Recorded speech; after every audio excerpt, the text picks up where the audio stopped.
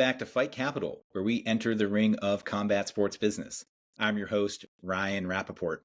Today, I have the honor of speaking with John Gooden, one of the most articulate voices in the combat sports world. As one of their top analysts and commentators, John is a familiar voice to UFC fans across the globe. He has an incredibly diverse background, both in and out of the world of mixed martial arts, so I'm pumped to have this conversation. Thank you for being here, John. How are you and where are you joining from today? Doing good. I'm back at home, actually, for a rare few days between trips. And so I'm like 30 minutes north of London in the great city of Watford. Yeah, I know they have you globe hopping, going from Singapore to Vegas to God knows where. It seems like you're a different country in a different week, but I'd love just to give the audience a little bit of your background. And can you just walk me a little bit through your journey from, working for the city of London all the way to eventually becoming a leading figure in the media world of the UFC? Yes, there's a couple decades worth of stuff there, but I'll give you the shortened version. I was lucky enough. I went to a really nice school here in Watford. I went to a grammar school, then went on to university. Stayed close, actually. It wasn't like a great university, but I did it all the same, and then really wanted to move into the city and earn the big bucks. And I wanted to be a broker, but it never really happened, like stockbroking, things of that nature. But I ended up working in like a headhunting, if you will. So it was quite high end. I enjoyed the company that I worked with at the time. The industry, not so much. Like recruitment consultancy's got a bit of a bad name. It was becoming more salesy than the kind of consultative approach that I was trained in. Anyway, I had a really good time in it. And in that time, I actually I sort of found my own voice and became quite confident. And my time at university wasn't really spent like going crazy on the beers. I actually stayed close to home because I was in love. I was in a long-term relationship. So I sort of forewent that student life, if you will. What that meant for my foray into the city of London was I now was going out an awful lot, living away from home, but this time I had some money in my pocket. And that was a pretty deadly combination for me.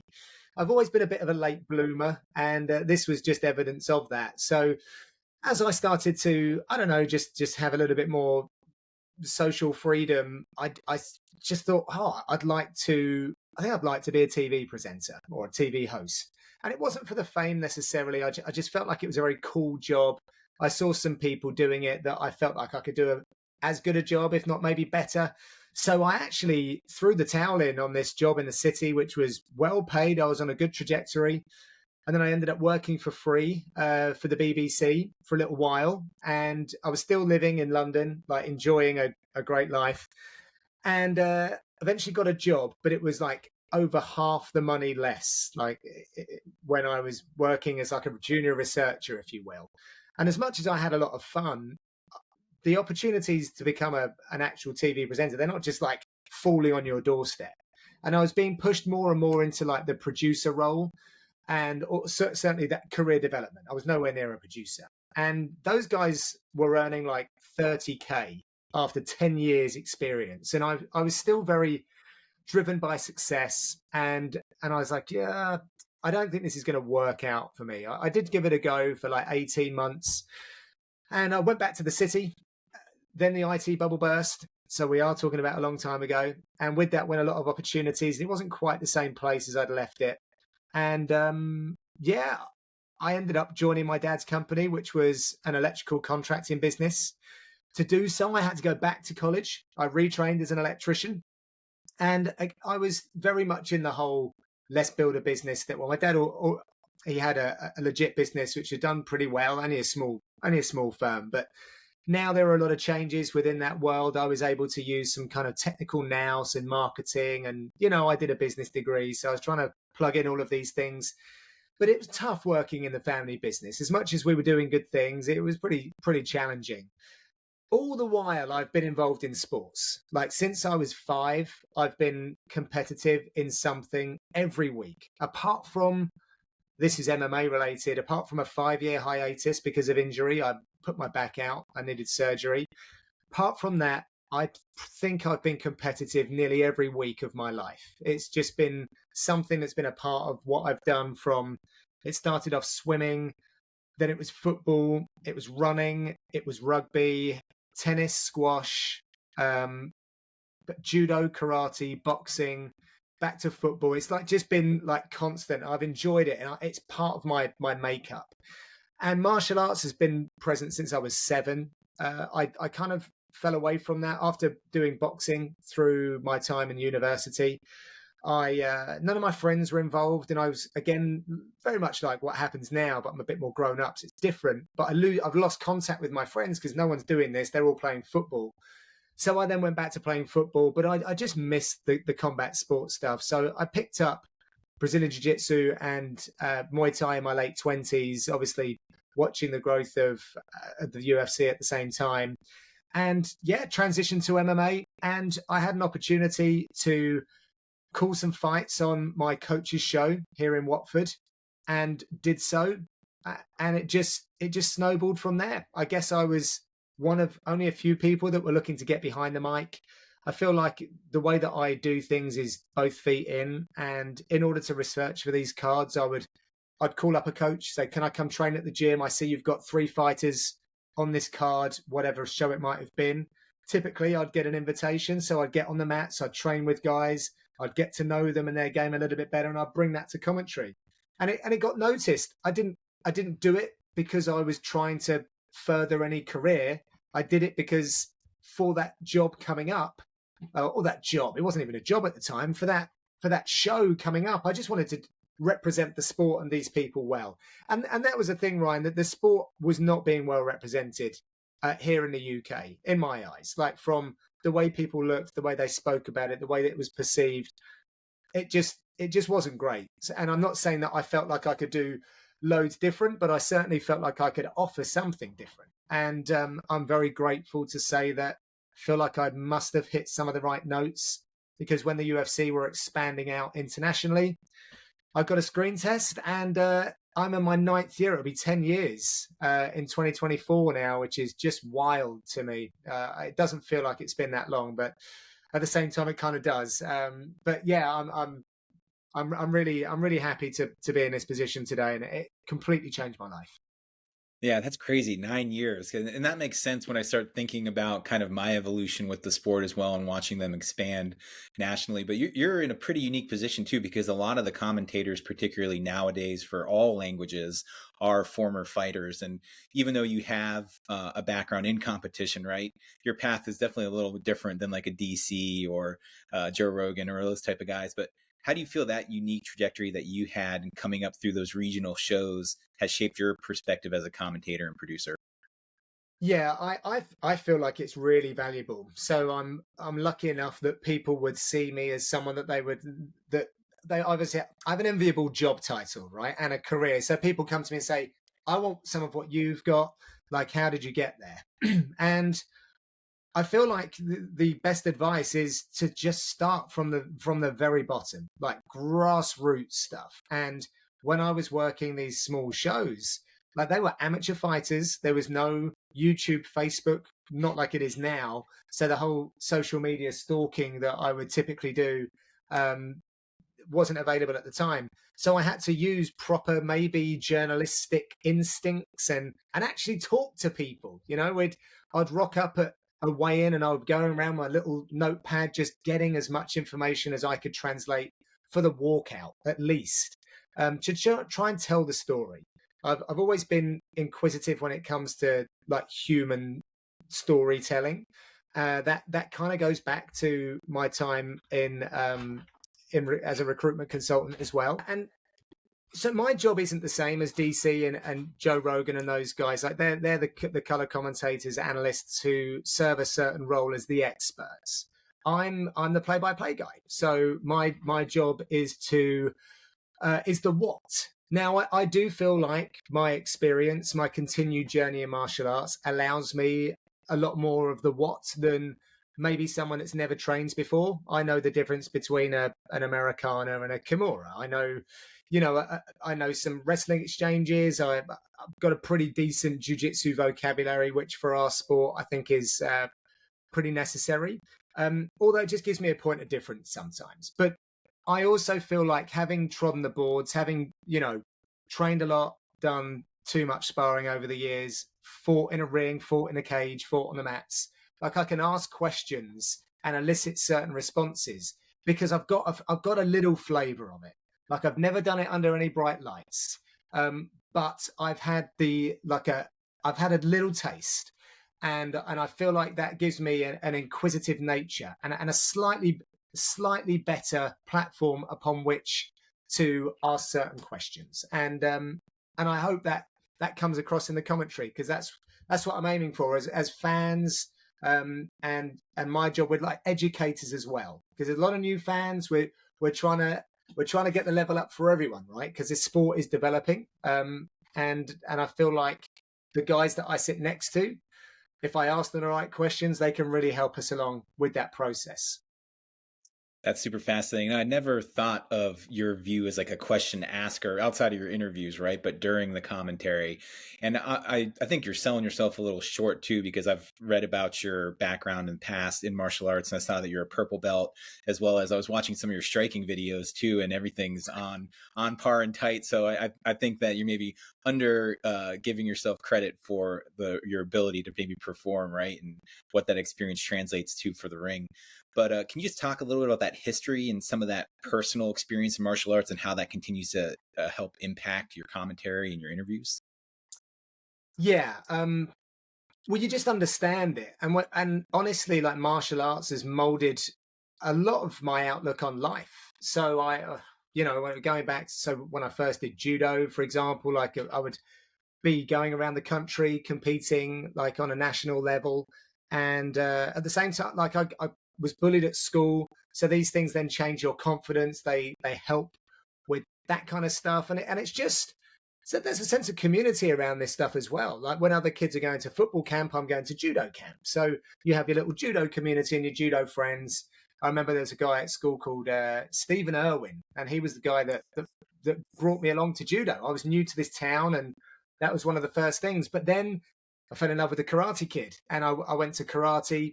My uncle we were at the same place. He's now, I think, a 4th degree black belt under Sensei Noida. He's a very established side of Shotokan karate. So he's still very much trains. And, I enjoyed the striking aspect. And then that gave me some different looks. And when I was getting a little grief at school, all of a sudden you throw up a roundhouse kick, or you do some crazy dynamic movement, people are a bit like, okay, maybe we'll just take a beat here. So I think it stopped me from getting into some scrapes. It just gives you a little confidence there, because you're not afraid of that conflict. But then my dad was a really big fan of boxing. My next door neighbor at the time used to represent the country at boxing too. So I put the gloves on. Also, my uncle, I should say, was a boxer in the RAF. So boxing's been around my family. Bare knuckle fighting, actually, my great granddad. So yeah, it's in the blood. But boxing's a little bit more raw, right? It's a tricky one. It's proper combat now, like your blood and guts. So I knew it was a tough thing. But also, boxers were getting a lot of the chicks.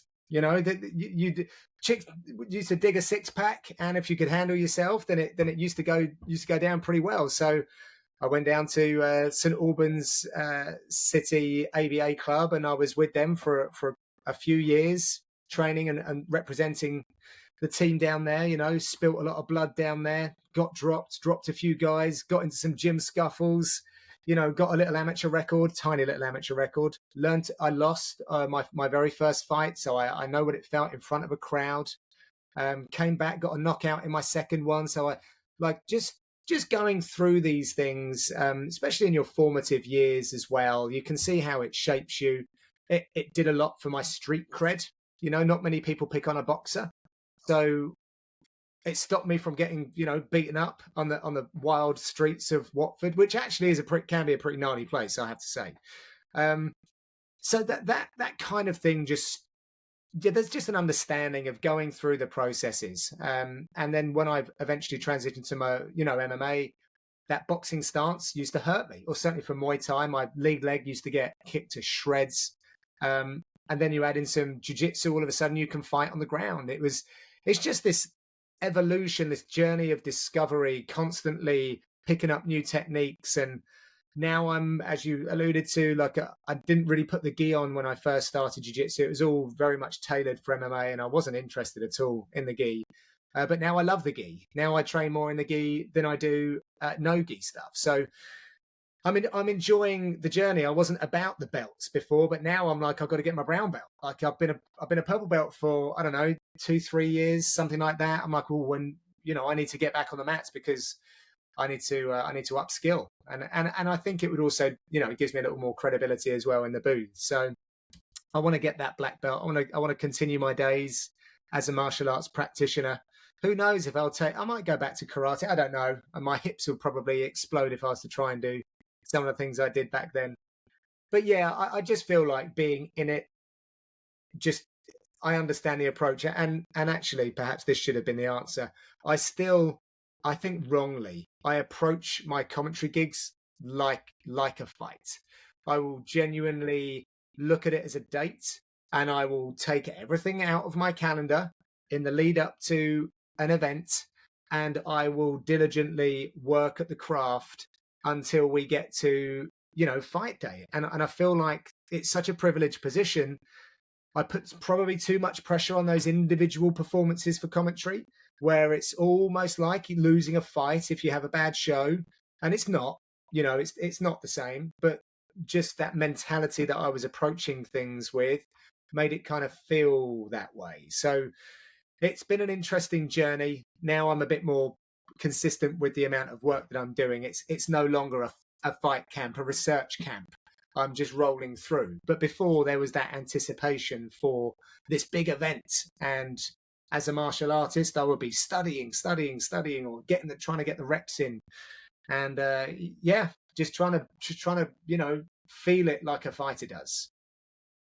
Well, that technical journey and professional journey definitely speaks to your global journey. I mean, they have you going all over the place. And also, I'll also say too, that your interview style speaks to that preparation. I watched, I've seen several of your interviews, but one of my favorite ones was Cyril Gahn.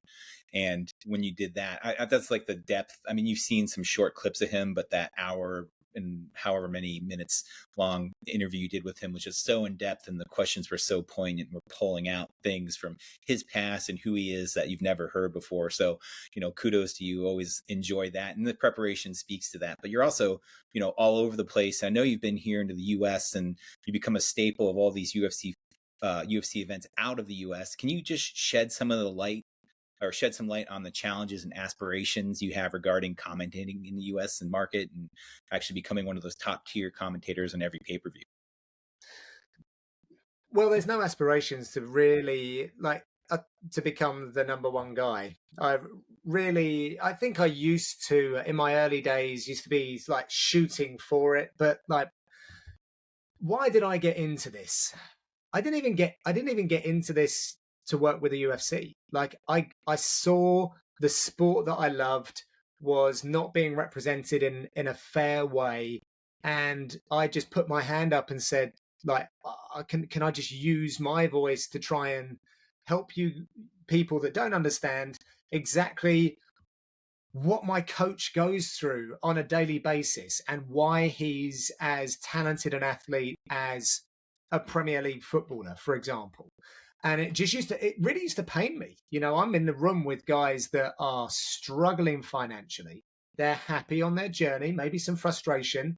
They might not be looking or care much for being side by side with mainstream sports stars, but I feel like they should be, and I want to bang that drum. So that was kind of the reason why I did it. And of course, our goals should change and evolve. And once I joined up with the UFC, then I wanted to do certain things. But I mean, and for me to do a pay-per-view at the moment would mean that John Anik doesn't. And I know that he wants to do it, and he's a dear friend of mine. So I'm not about to take that from him. There's enough to go around. There are challenges moving around the world, doing the job. I feel like I'm always, well, not always, but certainly now for me, like I'm going to call the fights next week. I've got to take an 11-hour flight. I'll be 7 hours removed. I've got a couple of days to get my body and my mind on time to be able to deliver a good performance on the microphone that is UFC level, that is keeping up what John Anik and Brendan and all the other folks do, and what the producers are aiming for, and what Dana's invested in. Yeah, I think of it like that. You are the sharp point. So to move around the world a lot is tough on the body and the mind, and you've got to try and put your best foot forward. If I go to UFC London, that's easy, but that's only once a year. You know, most of the time, Australia, Singapore, as you said, they're big moves. So I don't think people always think about how tough it is for us broadcasters when we do that. We love it, by the way.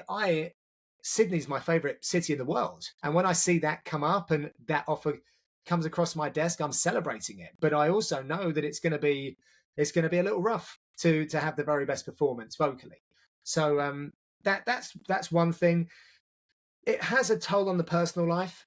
I would say to people who want to do this, like if you're in your early 20s and you've got no responsibilities, then go for it full gas, because when you've got a family, particularly like how I did it, I transitioned from a completely different lifestyle into this with the same, proud to say, with the same partner, and my wife's been supportive, but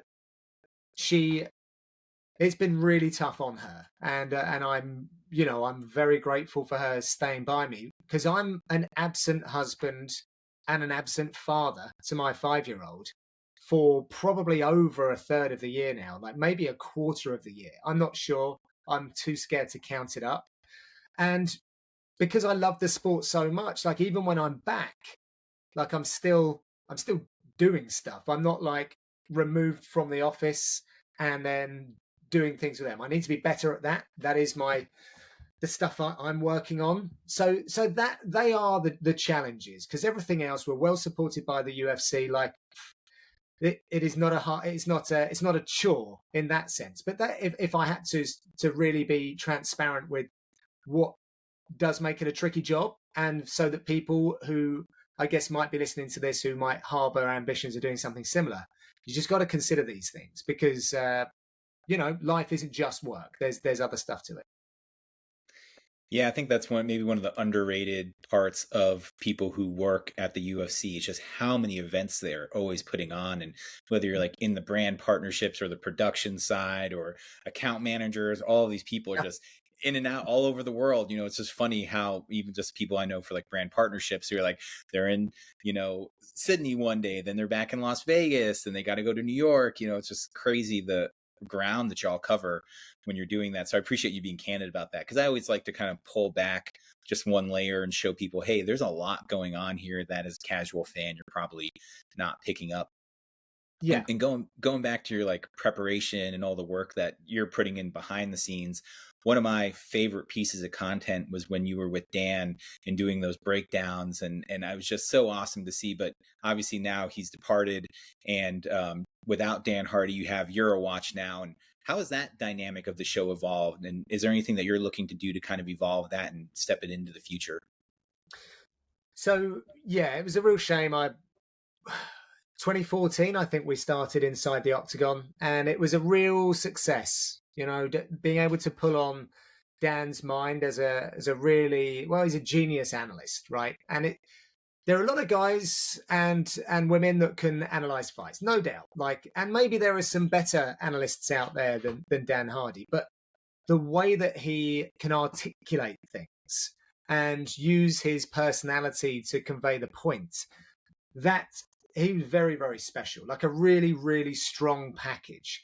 And it was a very good learning experience for me. As I said, like I love this stuff. I want to understand it better. And again, if it doesn't come out in my commentary, then a few coaches have given me a nod on this. And that is the biggest compliment. When a coach says something that they enjoy, something I've said or done, then that means the world. So I bridge the gap, I ask the right questions to try and find out the responses, even when it comes to something technical, not just in an interview way. So I enjoyed working that show with Dan, and of course it's been very sad for me, not just that show, but my broadcast partner of, was it like 7 years, now departed. That's a relationship that I'd been developing for a long time. We had an on-screen presence together. I'm now the only one here in the UK. You know, obviously we have Michael Bisping being a Brit, but he's very much based in California. So I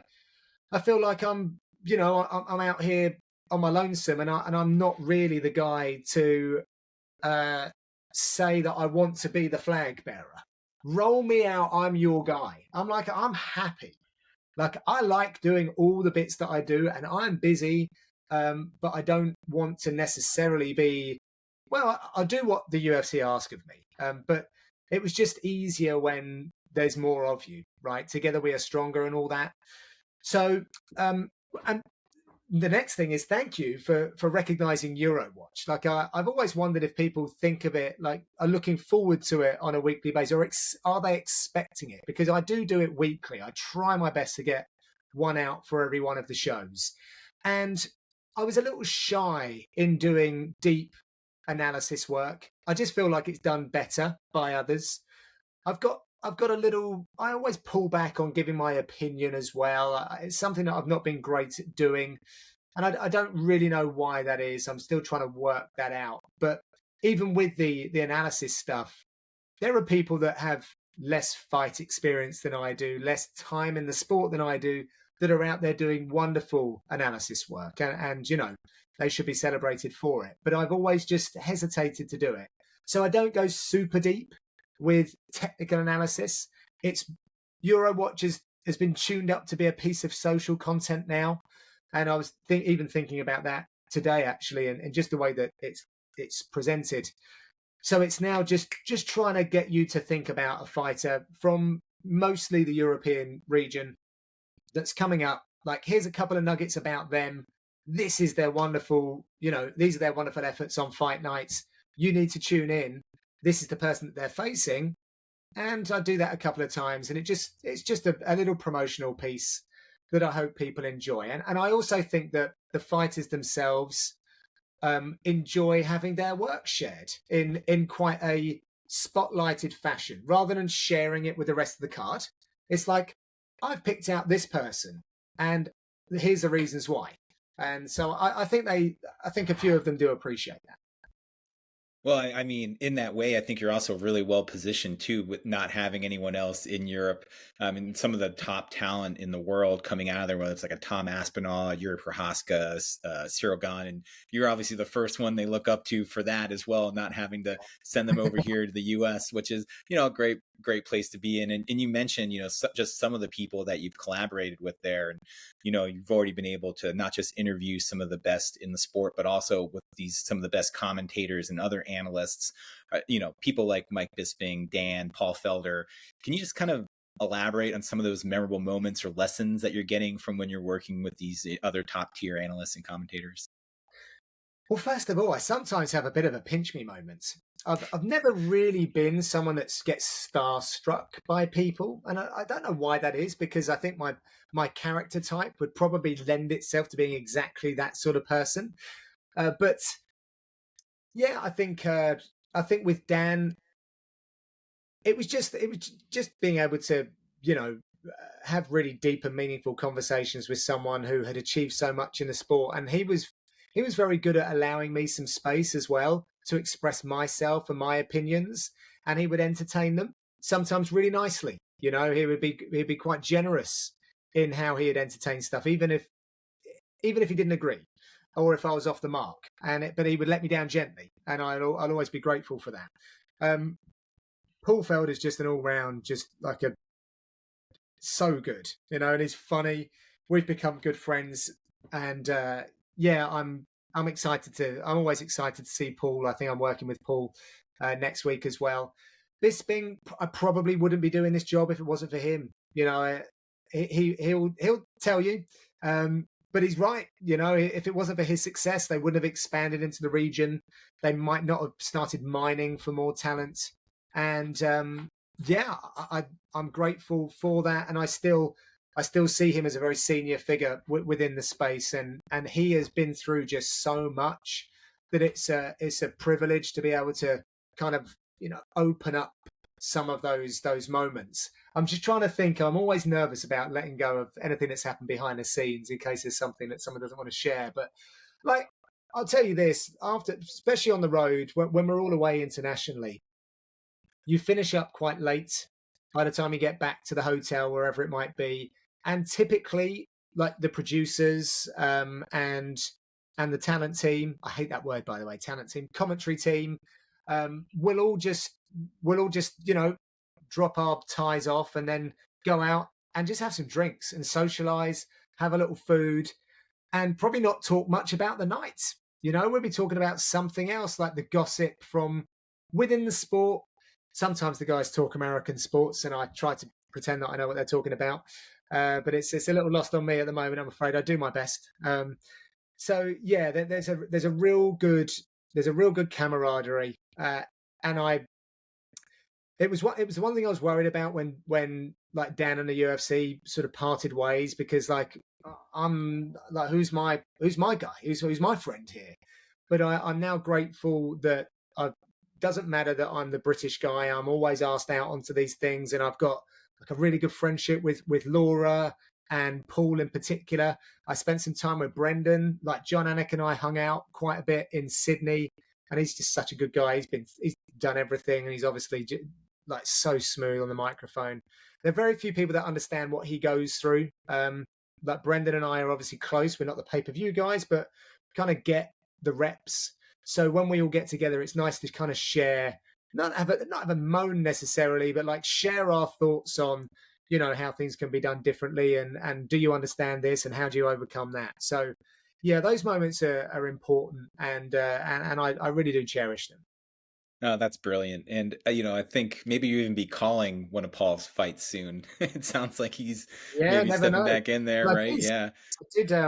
I did the hooker fight, so that was a heck of a moment. And there was a moment where I thought, because of the pandemic, it was only a small moment because obviously the UFC carried on, but I was like, shit, that might just be the last event I ever get to call. And it was down in New Zealand, and I had a wonderful experience down there, a beautiful country. I got to visit a little island after the show with Mark Goddard, actually, and Dave Letherby, who's the UFC judge.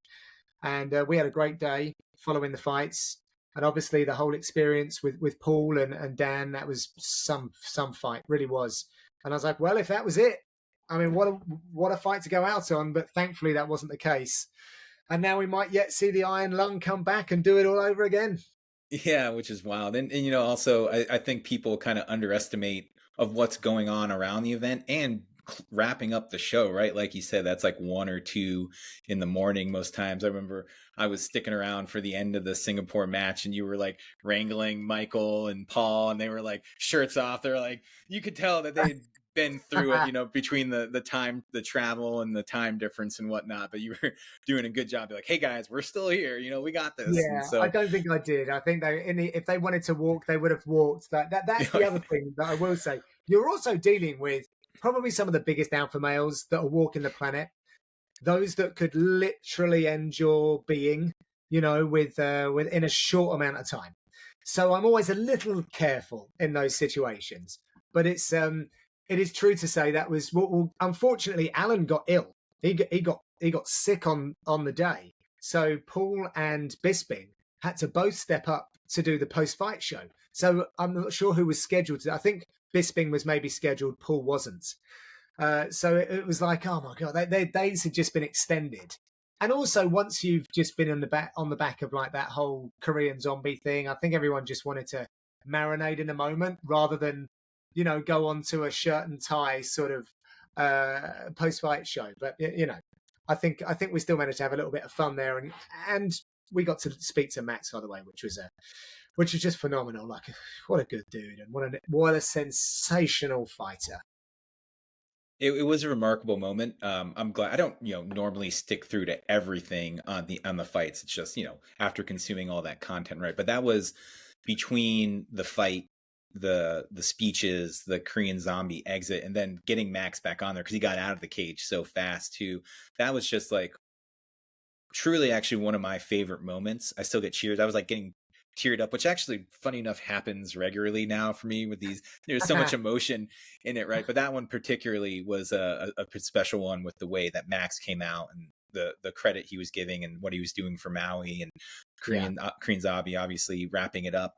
That was just a really special moment, and I'm glad that you were a part of that. And this whole thing really just appreciates you being here today, because I think this is very valuable for people, one, who are learning more about the sport, people who want to be a you, right, who want to be doing this commentating and on this level of the game. So thanks for being here today.